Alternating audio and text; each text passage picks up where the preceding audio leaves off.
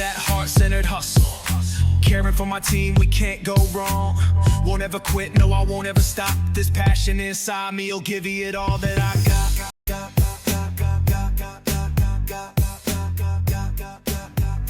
Give me that heart-centered hustle. So here's what no one tells you about strategy. So it's not enough to have the right answer. You have to make it the right conversation. Because if your brilliant plan and strategy dies in a 30-minute meeting, well, that's not a strategy. That's not success. Well, that's actually a PowerPoint funeral. I remember the first time I had to pitch a major strategic shift to a senior leadership team. I had the color-coded slides, detailed forecast, and even a closing quote from Nelson Mandela. I thought I was winning. I walked into the room and I was ready to inspire. And 5 minutes in, the CFO looked at me and said, one question: how does this impact your budget over the next 2 quarters? I froze. I wasn't expecting that. I didn't anticipate that. And it wasn't because I didn't have the answer, but because I was too busy trying to impress instead of connecting the strategy to what they really cared about. I learned something that day. Good strategy doesn't just sound smart.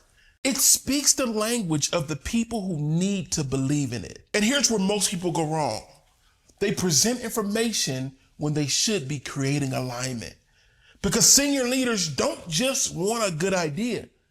They want to know, listen, does this solve a real problem? And if we invest in this, is it really worth the risk?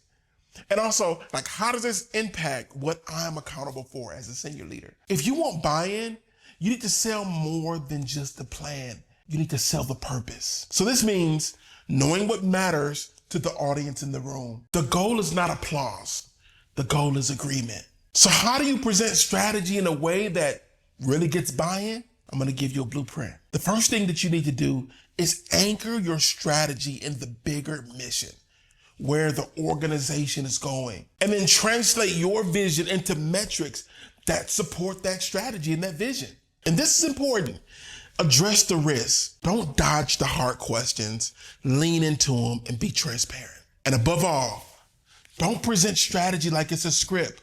Deliver it like it's a conversation. Make them feel like they're in the problem with you. Let them feel like they're part of the resolution. So here's the reflection.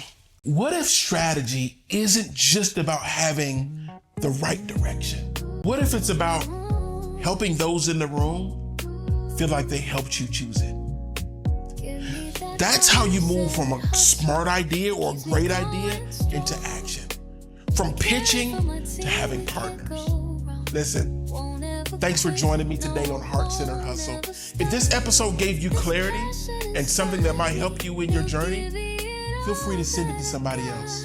And if you want to hear more episodes on heart-centered leadership, go to heartcenteredhustle.com.